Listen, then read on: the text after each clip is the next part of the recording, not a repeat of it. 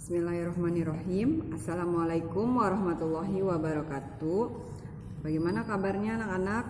Mudah-mudahan kalian dalam keadaan sehat walafiat ya, sehingga kita masih bisa mengikuti pembelajaran pada semester 2. Nah, untuk kelas 12 kita nanti selain membahas tentang materi ya, ada satu bab lagi di semester 2 yang akan kita bahas.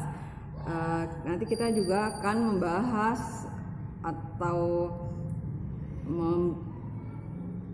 melatih kalian untuk mengerjakan soal-soal untuk persiapan USBN itu ya, untuk kelas 12. Nah, untuk materi di semester 2 ini kita akan bahas bab 4 ya, ada di halaman 93 berjudul Dinamika Persatuan dan Kesatuan dalam Konteks Negara Kesatuan Republik Indonesia ya, menggunakan buku paket PPKN yang ini ya.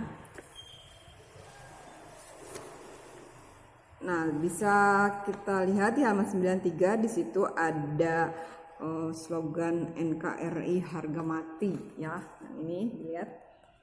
Maksudnya apa sih slogan itu? Ya, ini mungkin wujud kecintaan kita sebagai warga negara Indonesia terhadap NKRI gitu ya, jadi harus dipertahankan, dibela gitu ya, dengan jiwa dan raga gitu istilahnya. Nah, oke, kita akan membahas tentang hakikat negara kesatuan Republik Indonesia. Kamu bisa lihat di halaman 94 ya, yang ini. Hakikat negara kesatuan Republik Indonesia. Konsep negara kesatuan atau unitarisme ya. Istilah negara kesatuan sudah sangat sering Anda dengar sebab nama negara kita adalah Negara Kesatuan Republik Indonesia. Jadi, istilah negara kesatuan sudah tertanam dalam pola pikir kita selaku warga negara Indonesia.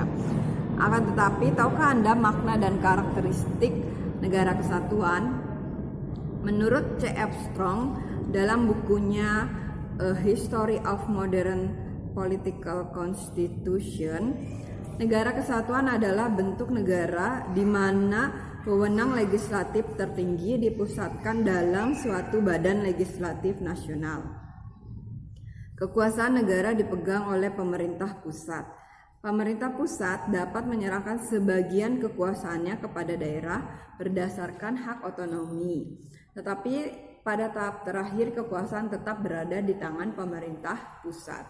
Jadi intinya negara kesatuan itu memiliki pemerintah pusat ya, yang memegang segala kewenangannya. Nah, akan tetapi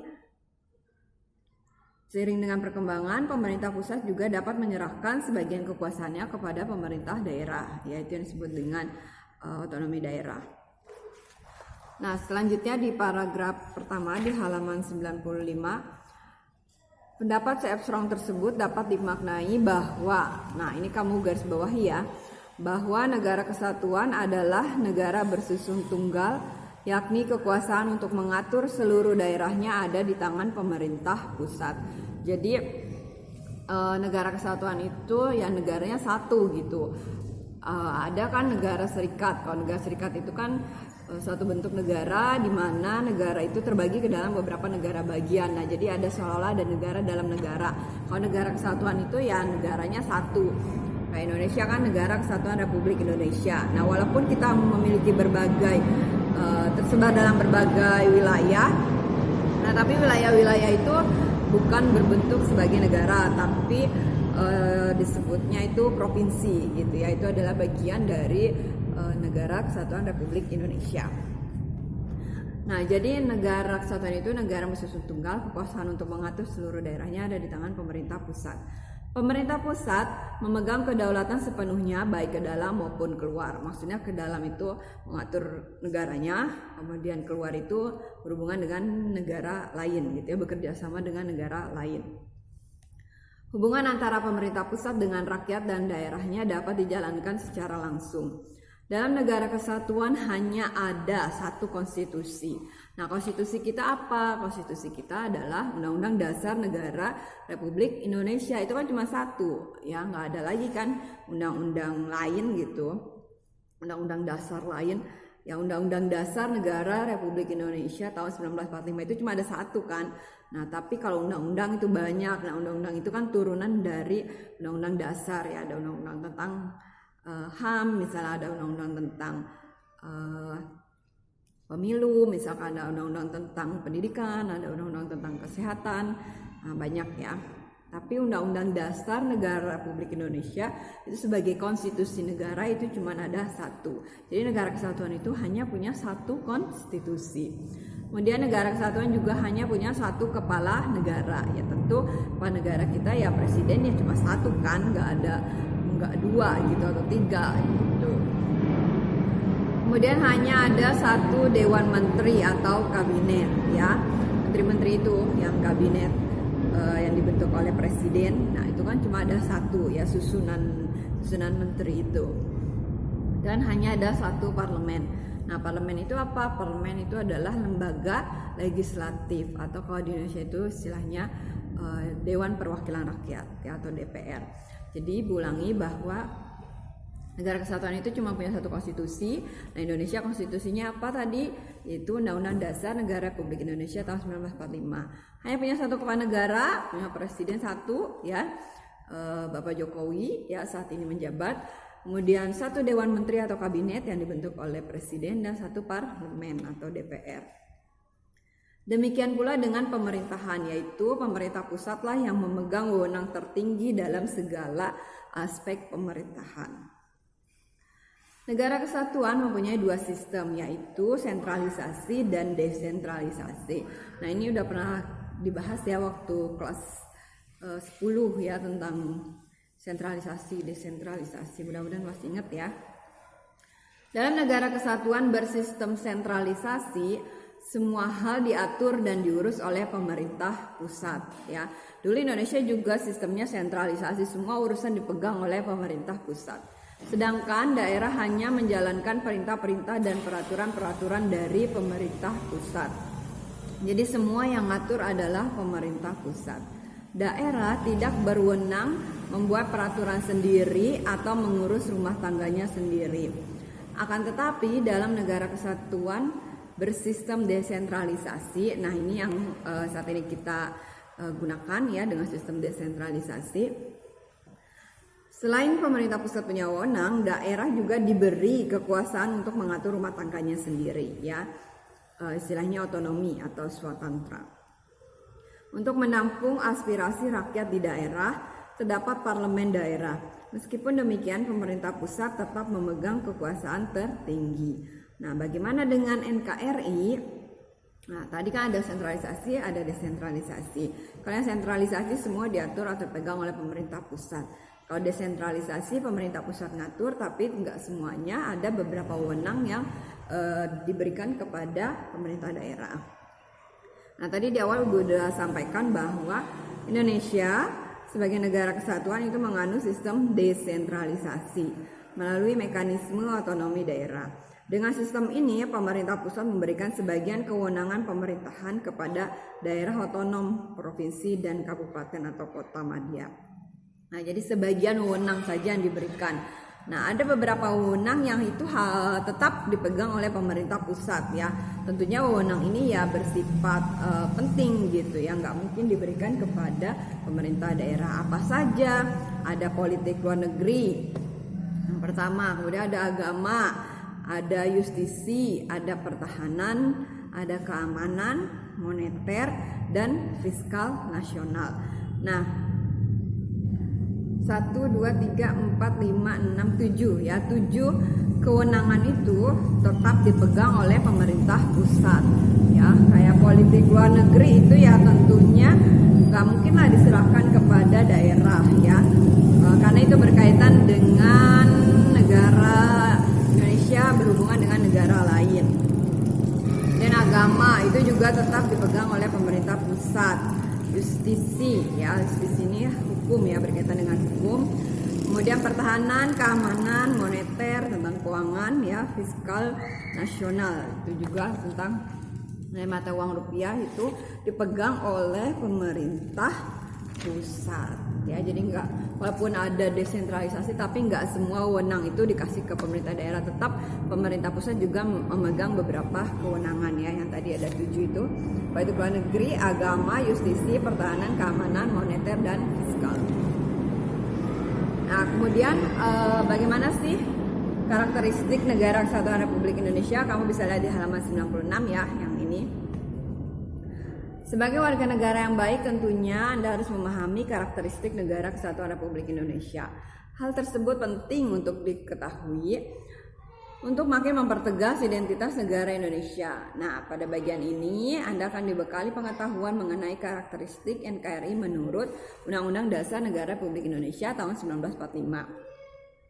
Indonesia sejak kelahirannya pada tanggal 17 Agustus 1945 telah memiliki tekad yang sama ya. Jadi sejak proklamasi itu udah bertekad bahwa bentuk negara kita itu harus negara kesatuan. Karena kebayang lah ya kalau kita nggak berbentuk negara kesatuan. Coba kalau lihat gambar yang di sini, ini kan negara kita itu bentuk wilayahnya itu terbagi atau terpisah oleh perairan gitu ya. Nah, kalau kita tidak berbentuk kesatuan ya makin terpisah-pisah lah wilayah ini gitu ya, makin menjauh istilahnya, makin wilayah ini tuh kayak punya pemerintahan sendiri gitu. Nah, berhubung kita berbentuk negara kesatuan, jadi walaupun wilayah-wilayah ini terpisah, tapi ini semua adalah sebagai satu kesatuan wilayah, sebagai satu kesatuan negara gitu ya. Jadi sejak Indonesia merdeka itu udah bertekad bangsa Indonesia itu bahwa bentuk negara yang paling cocok untuk kondisi wilayah Indonesia seperti ini itu adalah negara kesatuan, agar kita tetap merasa sebagai satu kesatuan wilayah, walaupun memang pada kenyataannya wilayah Indonesia itu ya terpisah oleh perairan gitu ya. Kesepakatan ini tercermin dalam rapat BPUPKI ya dan PPKI dalam menyusun konstitusi atau UUD yang tertinggi dalam negara. Nah, sini ada gambarnya ya, lagi sidang PPKI yang menetapkan Undang-Undang Dasar 1945. Kemudian itu juga secara langsung di dalam Undang-Undang Dasar 1945 itu ada pasal yang menyebutkan bahwa bentuk negara Indonesia itu adalah negara kesatuan. Kemudian tadi kan ada BPUPKI, kemudian ada PPKI. Ya, awalnya kan BPUPKI, Badan Penyelidik Usaha-Usaha Persiapan Kemerdekaan Indonesia. Kemudian berubah atau ganti nama jadi PPKI. Nah, Supomo dalam sidang BPUPKI menghendaki bentuk negara kesatuan itu sejalan dengan paham integralistik, ya integral, menyeluruh atau menyatu, yang melihat bangsa sebagai satu organisme. Hal ini juga dikemukakan oleh Muhammad Yamin bahwa kita hanya membutuhkan negara yang bersifat unitarisme tadi ya, unitarisme itu negara kesatuan. Dan wujud negara kita tidak lain dan tidak bukan adalah bentuk negara kesatuan Republik Indonesia. Pembentukan negara kesatuan bertujuan untuk menyatukan seluruh wilayah Nusantara agar menjadi negara yang besar dan kokoh dengan kekuasaan negara yang bersifat sentralistik. Tekad tersebut sebagaimana tertuang dalam alinea kedua pembukaan Undang-Undang Dasar Negara Republik Indonesia tahun 1945 yang berbunyi, dan perjuangan pergerakan kemerdekaan Indonesia telah sampailah kepada saat yang berbahagia dengan selamat sentosa menghantarkan rakyat Indonesia ke depan pintu gerbang kemerdekaan negara Indonesia yang merdeka, bersatu, berdaulat, adil, dan makmur. Nah itu ya, jadi para tokoh pendiri bangsa udah sepakat bahwa bentuk yang paling ideal itu bentuk negara Indonesia adalah kesatuan. Kemudian diperkuat lagi di Undang-Undang Dasar juga menetapkan bahwa negara Indonesia itu adalah negara kesatuan bentuknya. Nah, walaupun Undang-Undang Dasar 1945 itu mengalami beberapa kali perubahan atau amandemen, nah tapi tetap ada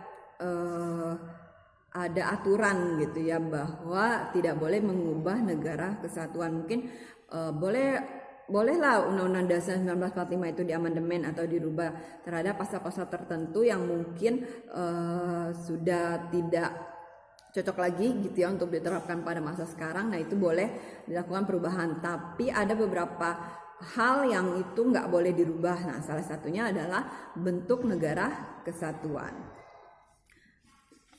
Perubahan UUD NRI tahun 1945 mengukuhkan keberadaan Indonesia sebagai negara kesatuan dan menghilangkan keraguan terhadap pecahnya NKRI.